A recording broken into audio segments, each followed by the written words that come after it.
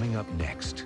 Suddenly up ahead, we saw a craft hovering above trees. Startling new evidence. Videotape doesn't lie. From America's UFO hotspots. There's some very strange... Computer bulletin board encounters electronically reached out to UFO eyewitnesses around the world. Tonight we're going to show you the dramatic results of our survey and investigate these personal encounters with the unknown. Videotape doesn't lie. It's not a hoax. In Brazil, a camera records 3 strange lights. This object appeared for 1.5 hours. In Japan, someone captures this hovering object. And in Topeka, Kansas and Tucson, Arizona, other cameras document other unusual objects. Once these encounters would have been dismissed, but today cameras have ensured they're taken seriously. There it goes, 1, 2, 3. Do we have a videotape rolling? Yes. A lot of people have home video cameras. So we see a lot of videotape taken from all over the world. And a lot of it is taken at night. And there are certain patterns that emerge. One of these patterns is geographic. Locations where UFO encounters seem to congregate. These areas are known as hotspots. And one of these active locations is Pine Bush, New York. There, it's coming through the trees now. Here, near the side of a country road overlooking an ordinary field, Pine Bush residents gather almost nightly to view and videotape strange lights in the sky. It's like you're being drawn. Something's pulling you to here. I also feel like I'm drawn to this place. I mean, if I don't come up here, I get rather irritable. Longtime local resident and author Ellen Crystall has documented the Pine Bush phenomenon for 10 years. In August 1992, Ellen took this home video of her UFO encounter. How is that? For 12 minutes, I held the camera as still as I could and filmed this thing going about 1 mile an hour, 2 miles an hour. Computer analyst Jim Dilettoso has studied this videotape. He can find no explanation, save one.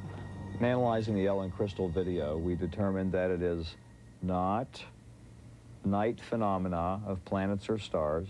It's not an aircraft. It's not a hoax. It's probably what the witness said. Ellen Crystall's experiences inspired other people in Pine Bush to come forward. Thomas and Susan Mann started coming to the field in August 1993.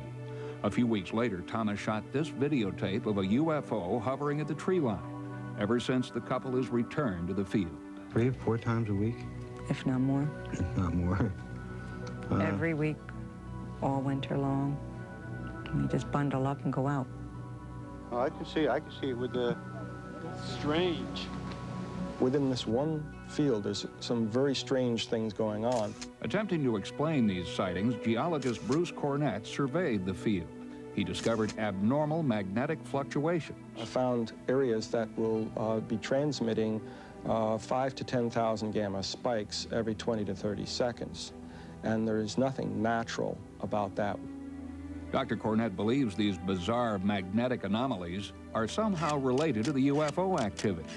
And every single one of the so-called hotspots that have been identified occurs near or over one of these magnetic anomalies. Another UFO hotspot is Michigan. Recently, Encounters obtained a copy of what is arguably the highest quality UFO videotape to date. It was shot by a professional videographer from local news station WWMT in Kalamazoo, acting on a tip from local residents. There's 2 of them up there. I know it. Look at them, flashing. They're flashing. Marge Traynor, her daughter Tammy, and family friend Gary Hicks were shocked to discover strange lights directly over the Traynor house. We went outside, me and my mom, and we looked up in the sky, and we seen about 8 objects going around in the sky. She called the police first. They asked them if they had any weird sightings in Portage, and police didn't know nothing about it, so then she hung up and called Channel 3, you know, to let them know what was going on. They were going to get a cameraman out here. Cameraman John Short went to the Traynor home and, using professional equipment, shot this image of the UFO. It was definitely odd and probably the weirdest thing that I've ever, covered as far as a story, basically in part because I couldn't describe it. Didn't have an answer for these people what it might be. I was glad they showed up out here to film what was going on out there, where they could have some kind of proof that there was something out there. I did see the flashing lights, you know, the pulsating lights. So I think that definitely enhanced their feeling that they weren't crazy. Then, Jim Dilettoso examined the Michigan videotape. When a professional news person shoots video, they have in mind trying to tell a story, keeping the image quality clear and clean, and can follow along with what the action is, like in sports, follow the ball. This is particularly good video to look at because of the staging of the way the lights were framed into the video. Oh my God! I'm gonna follow it down. I'm gonna follow it down. Gulf Breeze, Florida has been a hot spot since 1987, when this dramatic series of UFO photographs was taken. Experts disagree about their authenticity, but these photos touched off a flood of other videotapes and photographs from the area. Wow! Is that beautiful? Art Hufford is an engineer and longtime Gulf Breeze resident. In 1987, Art's life was turned upside down when he had his first UFO encounter. My wife and I were driving home one afternoon. Suddenly up ahead, we saw a craft hovering above trees. It looked like nothing we had ever seen before. Art said his sighting resembled the earlier Gulf Breeze photos. He then began to take extraordinary pictures of his own. 1, 2, 3, 4, 5. Words are fine, but it helps to have something else to support your story. And when you have photographs, when you have videotaped evidence to back up the personal accounts that you and other witnesses, it seems to add a lot more credibility.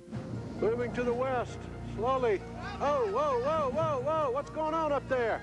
Bruce Morrison is another Gulf Breeze resident who has taken some of the best amateur eyewitness video to date. Since his first sighting in 1987, he has become completely engrossed in the subject. We were out every night, Christmas Eve, Christmas night, New Year's Eve, New Year's night. I mean, the holiday, nothing stopped us.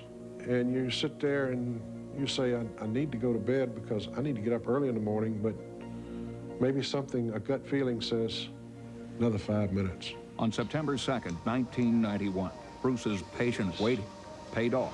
Oh, but come on in here. You know who we are?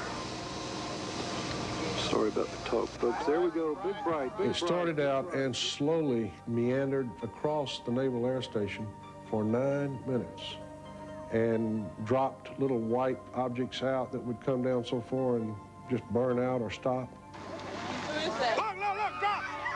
Look!